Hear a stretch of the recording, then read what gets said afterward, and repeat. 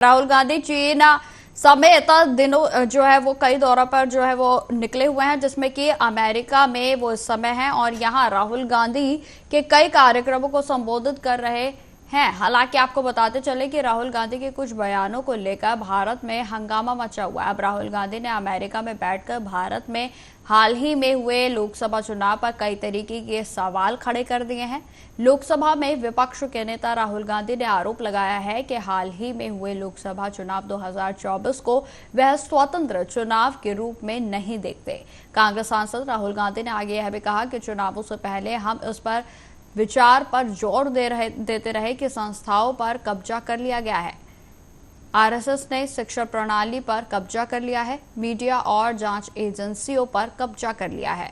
हम यह कहना चाहते हैं, लेकिन लोगों को यह समझ नहीं आ रहा था। मैंने संविधान को आगे रखना शुरू किया और मैंने जो कुछ भी किया था वह अचानक से फूट पड़ा। गरीब भारत, उत्पीड़ित भारत, जिसने यह समझ लिया है कि अगर संविधान खत्म हो गया तो पूरा खेल खत्म हो जाएगा। और वहीं आपको बताते चले कि इस पर अब बयानबाजियों का दौर भी लगातार जारी हो गया है, जिसमें क्या कुछ कोई कह रहा है, आप सुनिए। अगर उनको अपने देश में ही सारी बुराइयां दिखती हैं और दूसरे देशों में उन्हें लगता है कि सब बहुत अच्छा चल रहा है, और विदेश में जाकर जिस तरीके से भारत की बुराई करने की एक आदत राहुल जी की बन गई है, ये कहीं ना कहीं गलत राजनीति की परंपरा की शुरुआत है। ये आपसी मतभेद जरूर हो सकते हैं और सत्ता पक्ष विपक्ष में हमेशा से रहे, पर विदेशी मंच पर जाकर अपने राजनीतिक मतभेदों को अपने व्यक्तिगत राजनीतिक लाभ के लिए इस तरीके से इस्तेमाल कर अपने ही देश की बुराई करना, ये कहीं से उचित नहीं है। इस तरीके से विदेश में जाकर आपको कोई भी एतराज है, आप भारत में रहिए, आप तो एलओपी भी हैं, आप सरकार के समक्ष अपने सुझाव भी रख सकते हैं, अपनी चिंताएं भी रख सकते हैं। अगर राहुल जी नेता प्रतिपक्ष हैं और नेता प्रतिपक्ष का पद होता है जिम्मेदारी का पद। मैं राहुल जी को याद दिलाना चाहता हूं, जब श्रीमान अटल बिहारी वाजपेयी जी नेता प्रतिपक्ष थे, मनमोहन सिंह जी प्रधानमंत्री, नरसिम्हा राव जी प्रधानमंत्री हुआ करते थे, नरसिम्हा राव जी, तब भारत का प्रतिनिधित्व अटल जी करते थे। कई मामलों में देश के बाहर कभी भी नेता प्रतिपक्ष ने देश की छवि खराब करने की कोशिश नहीं की। लेकिन ये ऐसे नेता हैं जो कुंठाग्रस्त हैं, लगातार तीसरी बार पराजय के कारण उनके मन में अंध बीजेपी संघ और मोदी विरोध बैठ गया है और वो विरोध करते करते देश के विरोध करने लगे। देश के बाहर कांग्रेस और बीजेपी नहीं होती, देश के अंदर हम मुद्दों पे लड़ सकते हैं, लेकिन देश के बाहर केवल भारत होता है। हम 100 और 5 अलग नहीं होते, 105 होते हैं। लेकिन लगातार राहुल गांधी जी देश की छवि खराब करने की कोशिश कर रहे हैं, और देश की छवि खराब करने की कोशिश देशद्रोह जैसी सीमा में ही आता है। मैं भी गया था अमेरिका, मुझे उस समय मनमोहन जी प्रधानमंत्री थे, मुझे पूछा गया था, अमेरिका में पूछा गया था, क्या भारत के प्रधानमंत्री अंडर अचीवर है? मैंने कहा नहीं, वो भारत के प्रधानमंत्री हैं, कांग्रेस के नेता नहीं है, और हमारा प्रधानमंत्री अंडर अचीवर नहीं हो सकता। एक भावना आखिर राष्ट्र प्रेम की होती है। और संविधान पर हमले किसने किए? इमरजेंसी कौन ने लगाई? संविधान को तार तार करने का पाप किसने किया? राहुल गांधी जी भारत जोड़ो यात्रा तो करते हैं, लेकिन ना तो भारत से जुड़ पाए, ना भारत की जनता से जुड़ पाए। राहुल गांधी जी ने जो कहा है उसमें गलत क्या है? राहुल जी ने ठीक ही बात की है। हमारे देश में ये चल रहा है और बीजेपी के लोग ये 10 साल में ये जाति का और धर्म का राजकारण, तुष्टीकरण ज्यादा कर रहे हैं। राहुल गांधी ने जो बात की है लोगों की मन की भावना है। यूपी के मुख्यमंत्री योगी आदित्यनाथ ने भारत रत्न पंडित गोविंद बल्लभ पंत जी की प्रतिमा पर पुष्पांजलि अर्पित की। पुष्पांजलि अर्पित करने के बाद मुख्यमंत्री योगी आदित्यनाथ ने कहा कि उत्तर प्रदेश के प्रथम मुख्यमंत्री और केंद्रीय गृह मंत्री के रूप में जिनका कार्यकाल अत्यंत ही यशस्वी रहा, भारत माता के महान सपूत स्वतंत्र सेनानी पंडित गोविंद बल्लभ पंत जी की आज जयंती पर मैं इस अवसर पर उन्हें सभी की ओर से नमन करते हुए विनम्र श्रद्धांजलि अर्पित करता हूं। वह एक महान स्वतंत्रता सेनानी थे। राष्ट्रपिता महात्मा गांधी के आह्वान पर उन्होंने अपनी प्रैक्टिस छोड़कर आजादी के आंदोलन में भाग लिया था। राष्ट्रपिता महात्मा गांधी के आह्वान पर उन्होंने अपनी अच्छी खासी प्रैक्टिस छोड़ करके वे आज़ादी के आंदोलन के साथ जुड़े थे, आंदोलनों में भाग लिया, जेल की यातना सही, लेकिन आज़ादी के उस आंदोलन से कभी विचलित नहीं हुए। और यही कारण था कि आज़ादी के आंदोलन के दौरान उनके द्वारा किए गए योगदान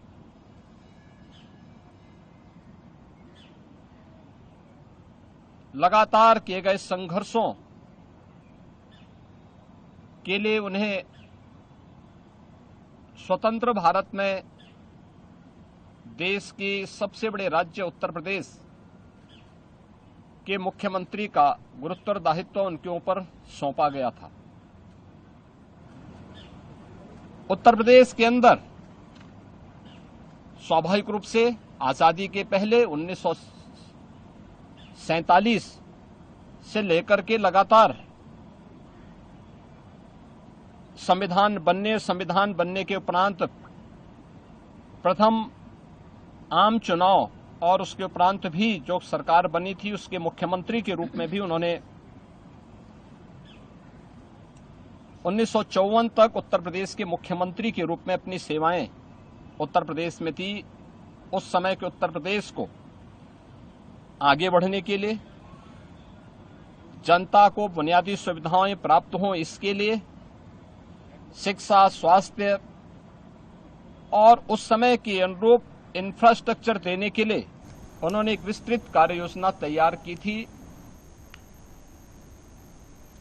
उत्तर प्रदेश के सीएम योगी आदित्यनाथ ने भर्ती प्रक्रिया के तहत 647 वन संरक्षकों, वन्य जीव रक्षकों और 41 जूनियर इंजीनियरों को नियुक्ति पत्र का वितरण किया। आपको बताते चले इस दौरान यूपी के मुख्यमंत्री योगी आदित्यनाथ ने यह भी कहा कि आज देश और दुनिया में सबसे बड़ी चिंता का विषय जलवायु परिवर्तन है।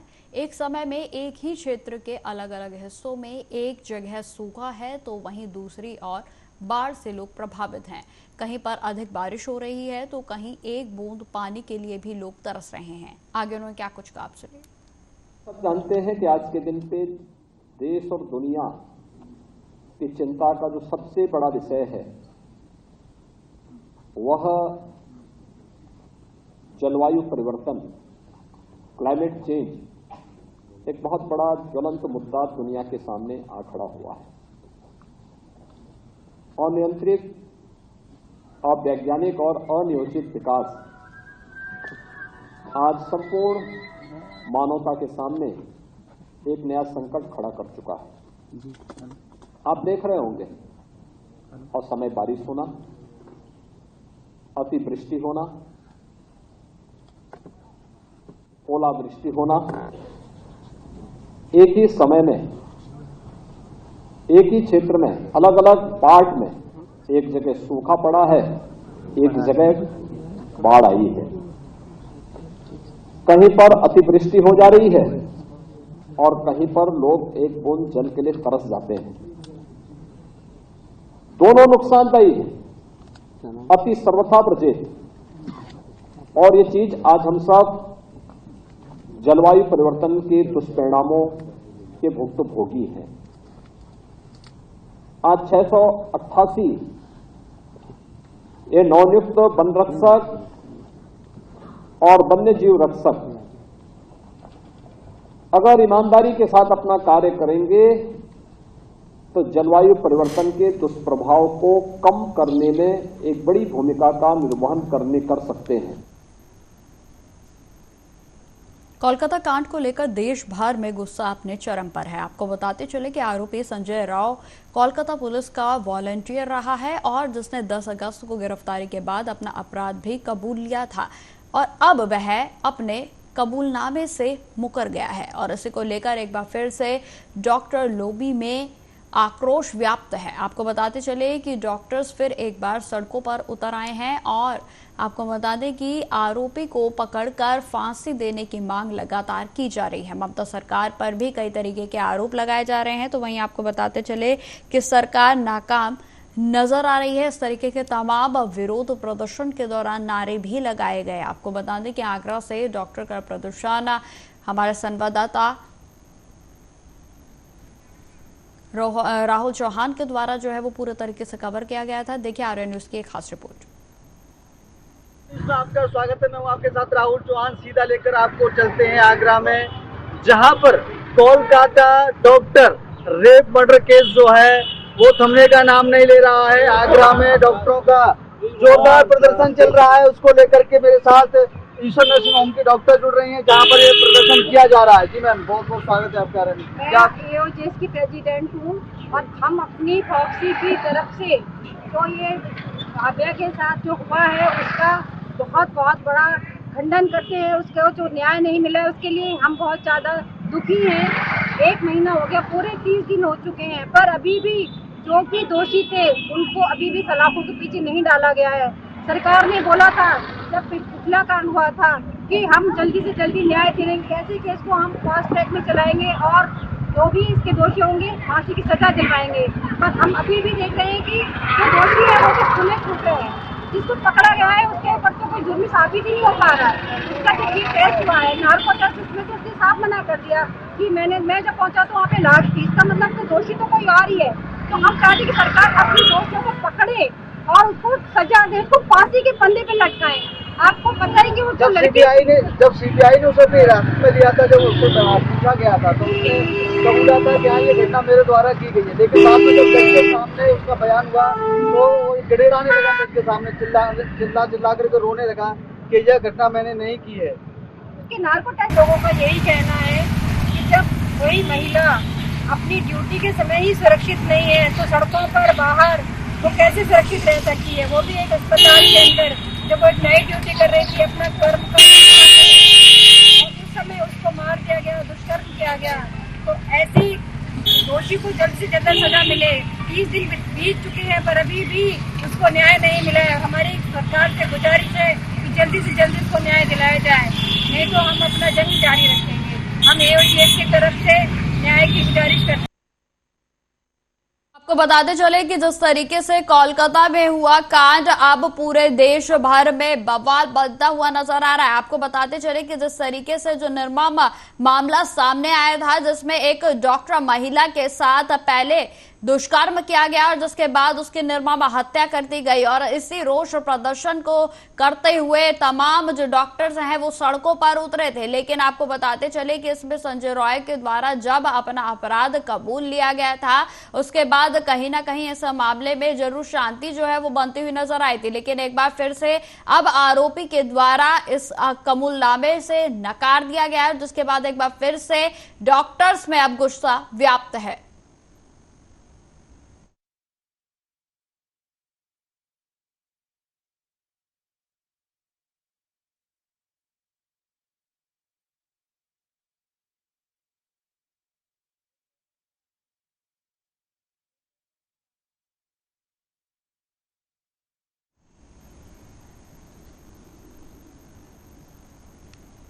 उत्तर प्रदेश के कानपुर जिले के एलपीजी सिलेंडर और अन्य विस्फोटक सामग्री को ट्रैक पर रखकर कालिंदी एक्सप्रेस को पटरी से उतारने की कोशिश के सिलसिले में 2 स्थानीय हिस्ट्री शीटरों के साथ साथ 6 लोगों को पूछताछ के लिए हिरासत में लिया गया है। आपको बताते चले कि कानपुर पश्चिम के डीसीपी राजेश कुमार ने इस पर जानकारी देते हुए बताया कि हिरासत में लिए गए लोगों से गहन पूछताछ की जा रही है, लेकिन मीडिया से विस्तृत जानकारी साझा करने से इनकार कर दिया गया है। पुलिस का कहना है कि इस खुलासे से जांच प्रभावित हो सकती है। आपको बताते चले कि कानपुर जिले में एक बड़ा रेलवे हादसा होते होते टल गया था, जब अज्ञात लोगों ने प्रयागराज से भिवानी की ओर जा रही कालिंदी एक्सप्रेस के सामने पटरी पर रसोई के गैस सिलेंडर को रख दिया गया था और इसे देखकर चालक ने इमरजेंसी ब्रेक लगा दी और सिलेंडर उससे टकराकर काफी दूर जाकर गिरा।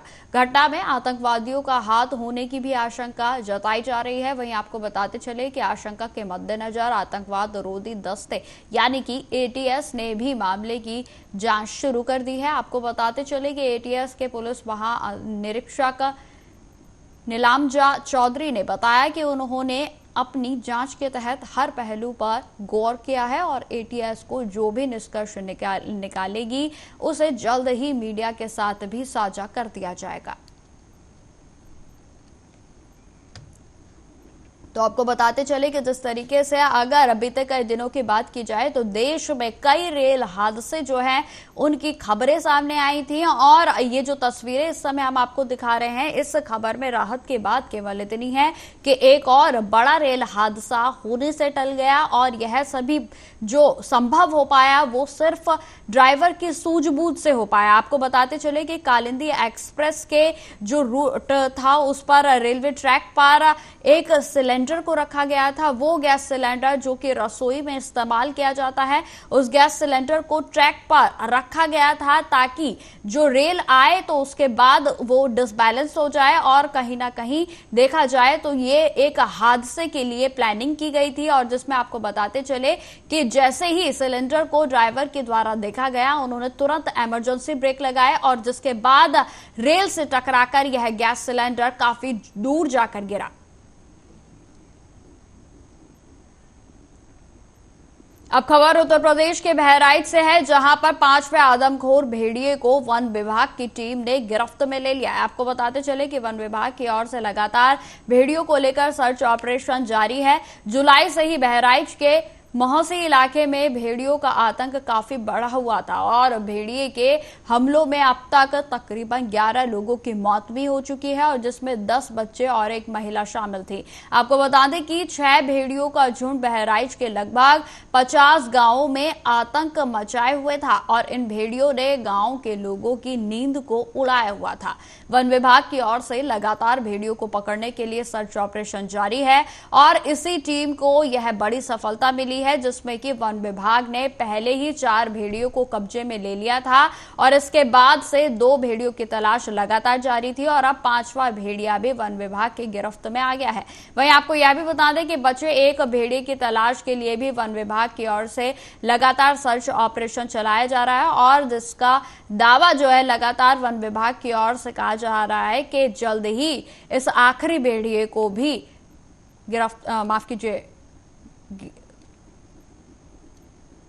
पकड़ लिया जाएगा।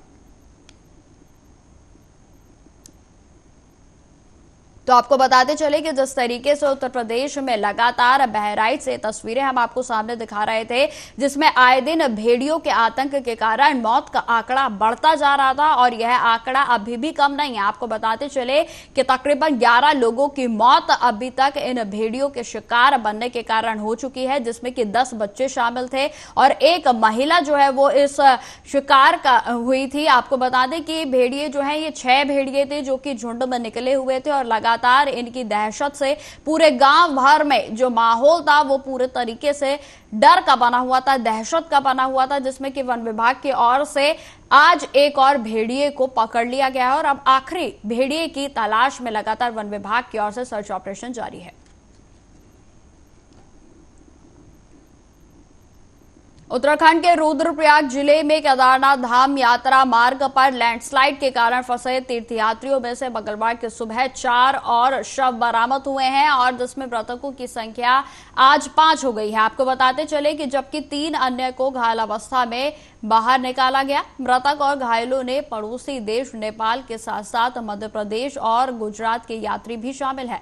राहत और बचाव कार्य भी अभी भी जारी है, क्योंकि अभी तक भी जो 2 शव हैं वो नहीं मिल पाए हैं। वहीं आपको यह भी बताते चले कि रुद्रप्रयाग अपर जिला मजिस्ट्रेट श्याम सिंह राणा ने इस पर जानकारी देते हुए बताया कि सोनप्रयाग के नजदीक राष्ट्रीय राजमार्ग पर लैंडस्लाइड हुई और जिसके कारण वहां से गुजर रहे यात्री हादसे का शिकार हो गए। रेस्क्यू कर 5 मृतकों और 3 घायलों को निकाल लिया गया है। केदारनाथ राजमार्ग पर आने जाने वाले यात्रियों से भी अपील की गई है कि मौसम खराब होने पर वे शाम 6 बजे के बाद आवाजाही ना करें। तो आपको बताते चले कि बेहद ही दर्दनाक खबर जो है वो सामने आई है। सोनप्रयाग के नज़दीक राष्ट्रीय राजमार्ग पर भूस्खलन होने के कारण वहां से गुजर रहे यात्री भूस्खलन की चपेट में आ गए। त्वरित रेस्क्यू टीमों द्वारा 5 मृतकों और 3 घायलों को निकाला गया, जिन्हें की आवश्यक कार्रवाई हेतु जिला चिकित्सालय भेज दिया गया। श्री केदारनाथ पैदल मार्ग पर यात्रियों से अपील की जाती है कि वह मौसम खराब होने पर 6 बजे के बाद अपनी सुरक्षा को देखते हुए आगे की यात्रा करें। तो फिलहाल इस बुलेटिन में इतना ही। देश दुनिया की तमाम खबरों की जानकारी के लिए बने रहे हमारे साथ। नमस्कार।